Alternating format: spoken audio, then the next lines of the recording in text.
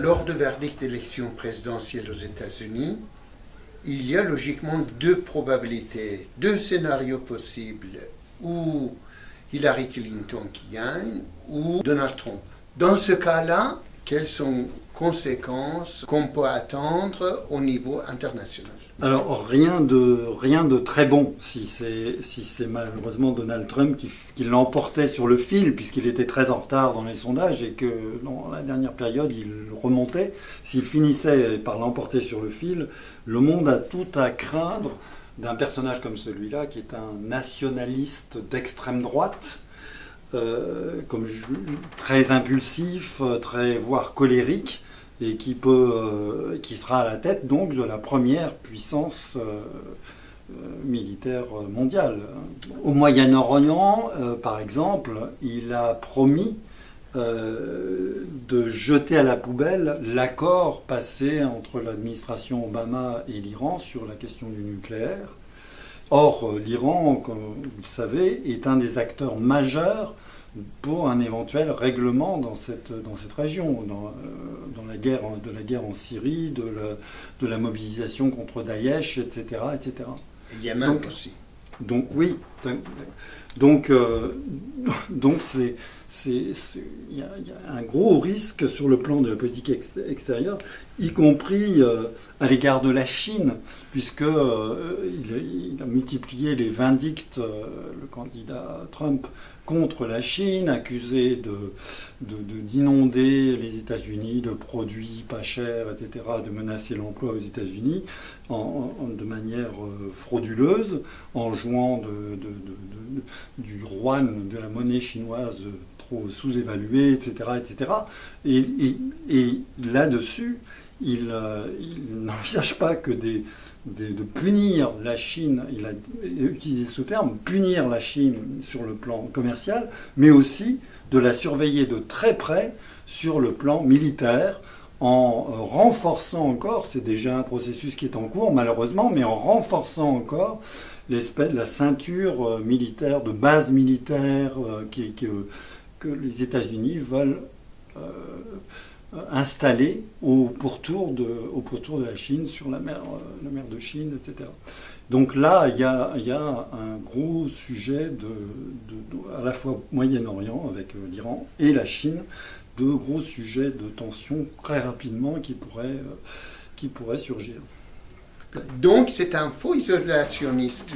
C'est un faux isolationniste. Isolationniste, par exemple, je me souviens de ce débat au moment où George W. Bush, au début en 2000, où George W. Bush a été élu président, on le présentait très souvent aussi comme un isolationniste qui voulait le repli de l'Amérique sur elle-même, etc., moins d'intervention militaire. Après la période Clinton, le mari d'Hillary, donc, qui avait été riche, elle, en intervention militaire à l'étranger et tout. Mais on a vu, avec l'invasion de l'Irak, combien cet interventionnisme, cet isolationnisme, à quoi correspondait en réalité cet isolationnisme de Bush. Et pour Trump, ça serait pareil, puissance 10 même, puisque Trump propose de démultiplier le format de l'armée américaine, avec 50 000 soldats d'actifs en plus, avec des centaines de bateaux et de navires de guerre supplémentaires, faire passer de 1100 à 1200 le nombre d'avions de combat, etc. Donc on ne fait pas ça pour rien. On ne multiplie pas déjà l'armée américaine est déjà la plus puissante du monde. On ne multiplie pas encore sa force de frappe pour simplement sur des considérations simplement défensives. Au niveau de politique intérieure, qu'est-ce qu'on peut dire? Alors, au plan intérieur, on peut craindre là aussi le pire.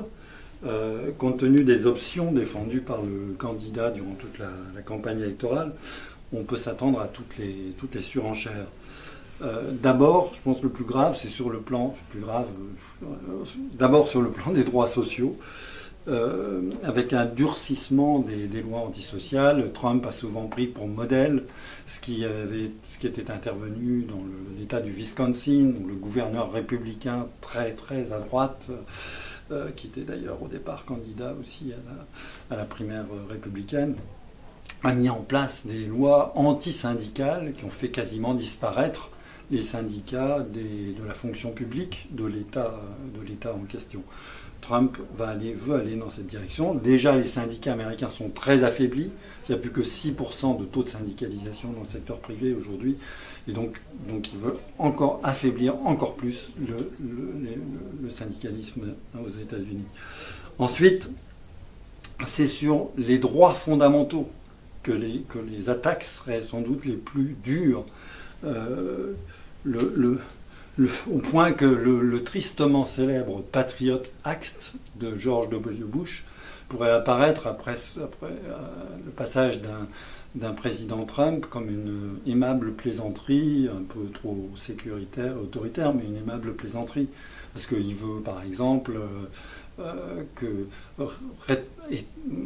légaliser en quelque sorte la torture pour extorquer des aveux de quelqu'un qui est soupçonné de terrorisme. Voilà. Il veut légaliser la torture, alors qu'Obama, lui, c'était démené pour réduire pour enlever cet aspect-là du Patriot Act. Lui, ils vont renforcer tous ces aspects. Il est également pour une libéralisation jamais vue de l'accès aux armes à feu. Il y a eu quelques Pourtant, réformes. Il y a beaucoup d'armes dans la société. Oui, déjà, il y avait quelques réformes d'entreprise par l'administration Obama pour tenter, compte tenu de cette ritournelle qui revient régulièrement de massacres qui sont pratiqués par des gens qui ont pété les plombs ou pour d'autres raisons. Ça alimente la chronique très très régulièrement aux États-Unis, malheureusement. Et donc Obama avait pris des mesures pour tenter de réglementer un petit peu ce secteur de la vente des armes à feu. Mais c'est une mesure très timide face au blocage des républicains au Congrès. Mais malgré ça, alors lui, il veut balayer ces mesures-là, et au nom du marché libre des armes à feu, permettre à chaque Américain de posséder son arme, etc. Il considère que c'est un droit fondamental, etc. Donc là aussi, ce serait plongé dans une société extrêmement dure et potentiellement encore plus violente qu'elle ne l'est déjà aujourd'hui. Merci.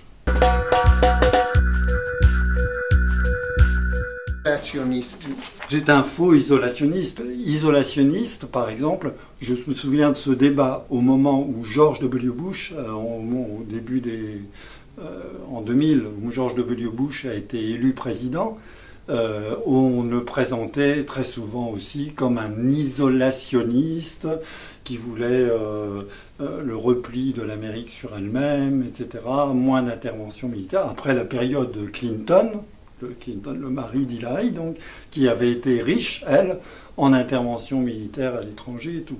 Mais on a vu, avec l'invasion de l'Irak, combien cet interventionnisme, cet isolationnisme, à quoi correspondait en réalité cet isolationnisme de Bush.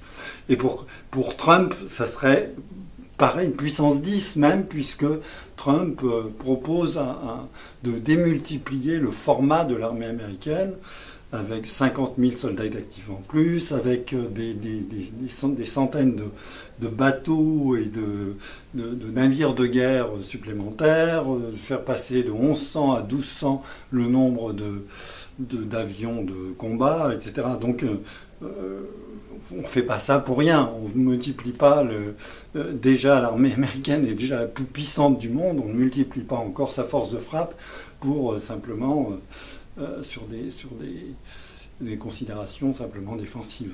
Au niveau de politique intérieure, qu'est-ce qu'on peut dire? Alors, au plan intérieur, on peut craindre là aussi le pire.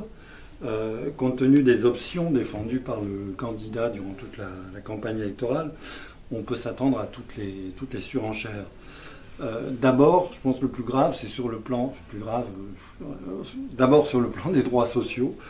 avec un durcissement des lois antisociales. Trump a souvent pris pour modèle ce qui était intervenu dans l'État du Wisconsin, où le gouverneur républicain très très à droite, qui était d'ailleurs au départ candidat aussi à la primaire républicaine, a mis en place des lois antisyndicales qui ont fait quasiment disparaître les syndicats de la fonction publique de l'État en question.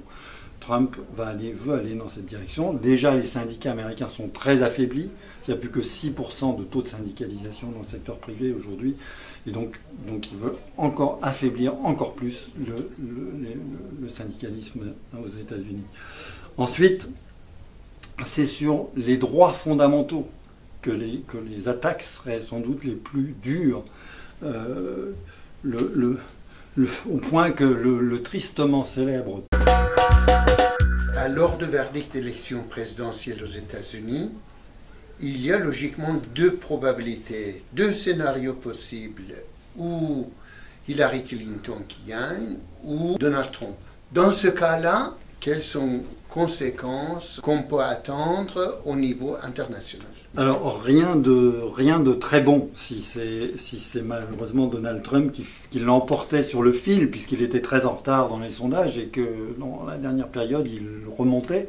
S'il finissait par l'emporter sur le fil, le monde a tout à craindre d'un personnage comme celui-là, qui est un nationaliste d'extrême droite, très impulsif, voire colérique, et qui sera à la tête donc de la première puissance militaire mondiale. Au Moyen-Orient, par exemple, il a promis de jeter à la poubelle l'accord passé entre l'administration Obama et l'Iran sur la question du nucléaire. Or, l'Iran, comme vous le savez, est un des acteurs majeurs pour un éventuel règlement dans cette région, dans la guerre en Syrie, de la mobilisation contre Daesh, etc. etc. Et Yémen aussi. Donc oui. Donc il y a un gros risque sur le plan de la politique extérieure, y compris à l'égard de la Chine, puisque il a multiplié les vindictes, le candidat Trump, contre la Chine, accusé d'inonder les États-Unis de produits pas chers, etc., de menacer l'emploi aux États-Unis de manière frauduleuse, en jouant du yuan, de la monnaie chinoise trop sous-évaluée, etc., etc. Et là-dessus, il n'envisage pas que de punir la Chine, il a utilisé ce terme, punir la Chine sur le plan commercial, mais aussi de la surveiller de très près sur le plan militaire, en renforçant encore, c'est déjà un processus qui est en cours malheureusement, mais en renforçant encore la ceinture militaire, de base militaire que les États-Unis veulent installé au pourtour de la Chine, sur la mer de Chine, etc. Donc là, il y a un gros sujet à la fois Moyen-Orient avec l'Iran et la Chine, de gros sujets de tension très rapidement qui pourraient surgir. Donc c'est un faux isolation. Patriot Act de George W. Bush pourrait apparaître après le passage d'un président Trump comme une aimable plaisanterie, un peu trop sécuritaire, autoritaire, mais une aimable plaisanterie. Parce qu'il veut, par exemple, légaliser, en quelque sorte, la torture pour extorquer des aveux de quelqu'un qui est soupçonné de terrorisme. Voilà. Il veut légaliser la torture, alors que Obama, lui, c'était démené pour réduire pour enlever cet aspect-là du Patriot Act. Lui, il veut renforcer tous ces aspects. Il est également pour une libéralisation jamais vue de l'accès aux armes à feu. Il y a eu quelques Pourtant, il y a beaucoup d'armes dans la société. Oui, déjà, il y avait quelques réformes d'entreprise par l'administration Obama pour tenter, compte tenu de cette ritournelle qui revient régulièrement de massacres qui sont pratiqués par des gens qui ont pété les plombs ou pour d'autres raisons. Ça alimente la chronique très très régulièrement.